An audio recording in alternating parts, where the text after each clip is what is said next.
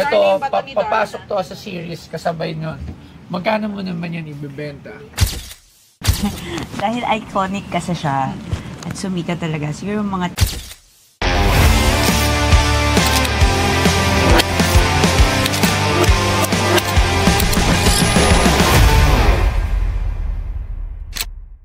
Okay, pasok. Sino yung bisita linggo ng linggo? May bisita pa rin tayo. Ay, kalbo! Ay, ganda naman ang kalbo nito! Ang ganda niya! Si Ma'am Raisa Senon. Ang ganda naman kahit kalbo. hello, thank you po. Ang bakit ka kalbo? Sa movie. Sa movie. Ano pong movie? Lilim. Nagpaano siya doon. Yes. Kailan yan? Pinalabas? Showing siya sa March 12. Ay, this March 12. Yes. Tungkol po sa action? Horror. Lilim. Lilim. Produced by? Viva. Viva. Ma'am, okay lang po palagay po natin. Maganda yan, ha? Panoorin natin yan. Oo, panoorin natin. Panoorin natin sa Tayo may Netflix. tayo ng... Sa Netflix pa palabas mo sa Netflix. Hindi! Sa mga ano yun? Sa movie. Grabe ka Ay, hindi. Download na lang natin yung mga anong kopya. Hindi, siyempre kailangan supportan natin yung mga Pilipinong pelikula. Pelikulang Pilipino. Yes. Ano yung dala mo? Alam ko na to! Ay, iconic to. Yes! Ang daming memes niyan. Sobrang sikat to, sikat. Oo. Ako alam ko yan. Sa ano yan eh? Sa Ika-anim na utos. Yes. Baril ni Georgia.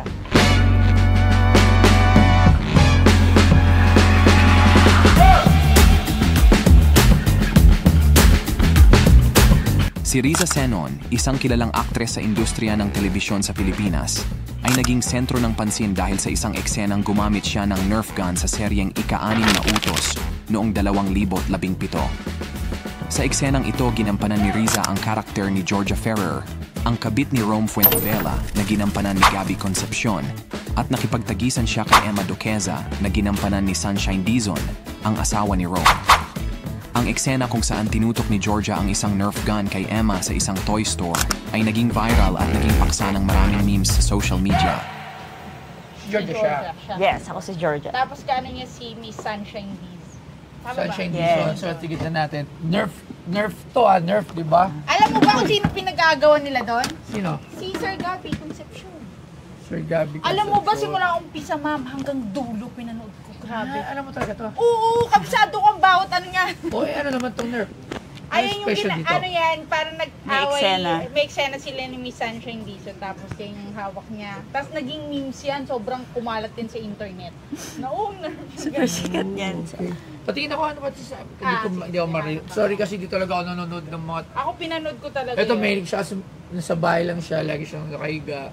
Uy, okay ka! Hindi. Kasi yung mga Nabuhay time na ako. buntis ka niyan. Buntis siya niyan. Tama ba buntis ka niyan? Hindi ako buntis nito. Medyo matagal na kasi itong... Ay, matagal na. Wow. Nerf. Grabe mga dinadala dito kakaiba. Nerf pa. Pero bagay siya ito mukha kang action star. Na, yung sa lilim walang action na. Wala masyadong.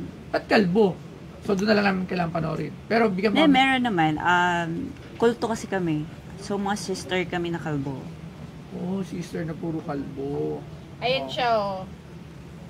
Ayun o, na ano pa yan, na GMA News, ng Pen. Bakit? Bakit? Anong story? Pareha sila buntis. Ako na naman kwento. Hindi, kayo na po. Ay, hindi. Ano yan? So, sobrang...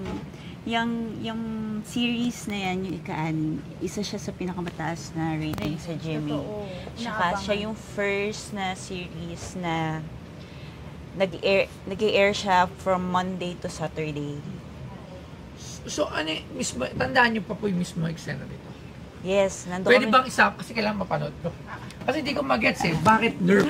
Bakit Nerf yung Hindi, tinutok nasa mo? Toy Store kasi kami that time. Sige, testing And then, ma'am, testing. Ayan, Kunyari ikaw, sino kasama? Si Sunshine. Sige, si Sunshine. Labas ako to, labas ako. Kaya, ma'am, ganito talaga dito. Kailangan para makarelate ako. Di ba ma'am, buntis tayo Pareho. parehas. Okay. Naka-pink pan yung si Sunshine, nakaganyan. Aba, alam na alam Siyempre. Tapos Sige. parang Okay, nag-agawan kami sa stroller. Oo.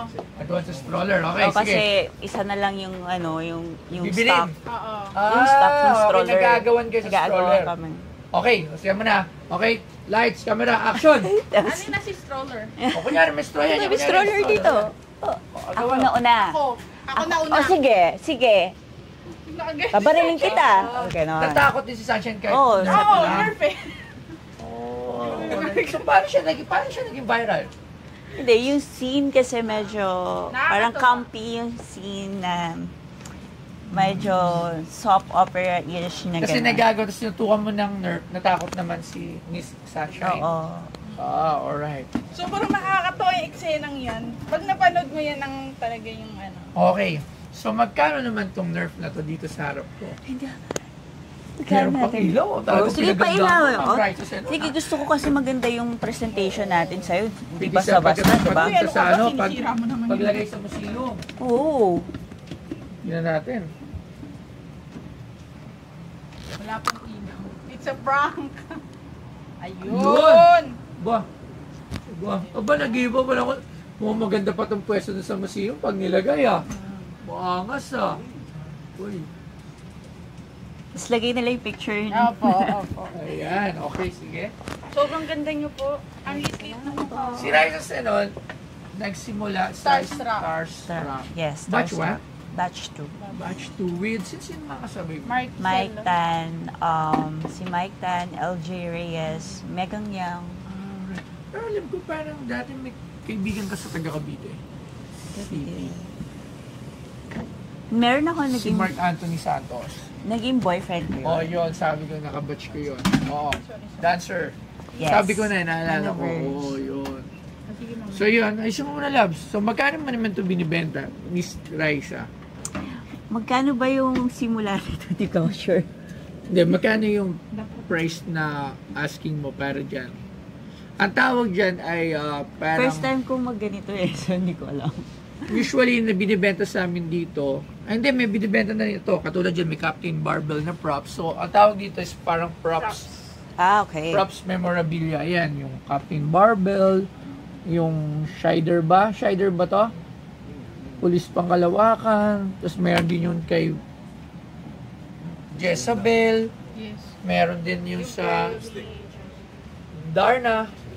Lipstick. Hindi, pelikula yun. Yung Ito, Darling Bato ni Darna. papasok to sa series kasabay nun. Magkano mo naman yan ibibenta? Hindi ko alam. Paano Ang nga? ganda niya. Kahit kalbo, no? Sobra. Mm. Binuboto ko pa yung sa Starstruck. O, bulong mo na, bulong. Lapit ka na rito, bulong. Lapit ka, bulong. Meron palang ay bubulong. Magkano po ito na benta? Mga 5K. Okay. Yung isa, 10. 10K to 5K usually the props. Nagbubulungan sila. Bulong din tayo. Ha? Dahil iconic kasi siya at sumikat talaga. Siguro mga Pangkarera, pang show at sa lahat. Basta, Bomex lang, number 1.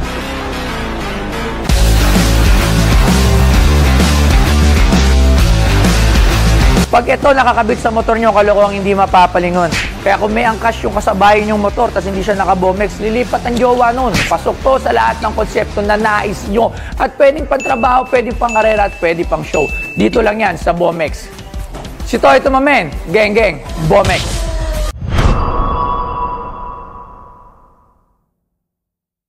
mga 10. 10,000? Ay!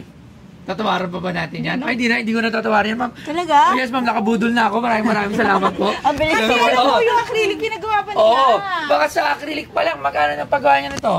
Hindi ko alam. Oh, pero syempre, kailangan muna niya pirma niya, nabudol natin si Ma'am Yes. Raisa. Dahil nahiya Ipirmahan siya. ko dito. Alam mo, Mama, nunod kami ng lilim. opo, alam mo, Yes, please. papanorin namin yan, ma'am. Wala bang red Hindi, carpet magpa-black yan? screening ka na. Opo, usually naman Kami. Black screening. Usually sa black screen nanonood po talaga ng imbitahan. Kailan ba? March 12? Asa? Wala na sa loob. Bukas. Ay, bukas. Hindi, ngayon bukas na yun. Bukas po. Ang black screening? Yes. Kung black screening Ay, di, bukas. ang premiere. Premiere. Saan? SM North. SM North na usually. Tapos, black screening yon. Hindi, premiere po yun. Premiere. So, pupunta ka rin doon? Yes, tomorrow. papunta ako bukas. Okay, so sige, puntahan ka namin doon tomorrow. Tingnan Teka lang, natin. pitman natin. Siyempre, Dito ko pipirma natin. pipirmahan po ba? Di po, Hindi po, dito po, dito sa po. mismong toy. Kasi yan mapinagawa lang natin. So, dito po. Kaya ba? Kaya yan. Buti na lang mahihain. Dapat yung mga customer natin ganyan Parang mahihain. ganito kaganda. Oo, tas hindi niya alam kung magkano yung presyo niya. Kaya ang mura nung nabudol natin sa Pwede kanya. po palagyan po ng date. Diba? Labs, di ba alam ko parang ang bili ko Ano nito date ba mga, ngayon? mga 20,000 na ito bili ko dito. 5 lang ba? Pero nabudol natin siya dyan. Mura na yan. Benta natin yan mga 30,000. Dati po binuboto ko po kayo sa Starstruck. Fan. Yes. Ito si Mrs. kasi talaga fan talaga siya ng TV. Mahilig na ako manood. Mahilig talaga siya manood. Ma'am Raisa, maraming salamat po. Napakabait niyo po at napakadali niyong mabudol. So, thank you very much. Nabudol namin. Nag-cola friend. Cola friend. Thank you po. Hindi ako marunong sa ganito. Oh my God. Okay, ang naging experience ko kay Buster, actually wala ko idea. First time kong gawin to. So, hindi ko lang kung nabudol nga talaga ako. Sayang naman, dahil pala tinaasan ko na.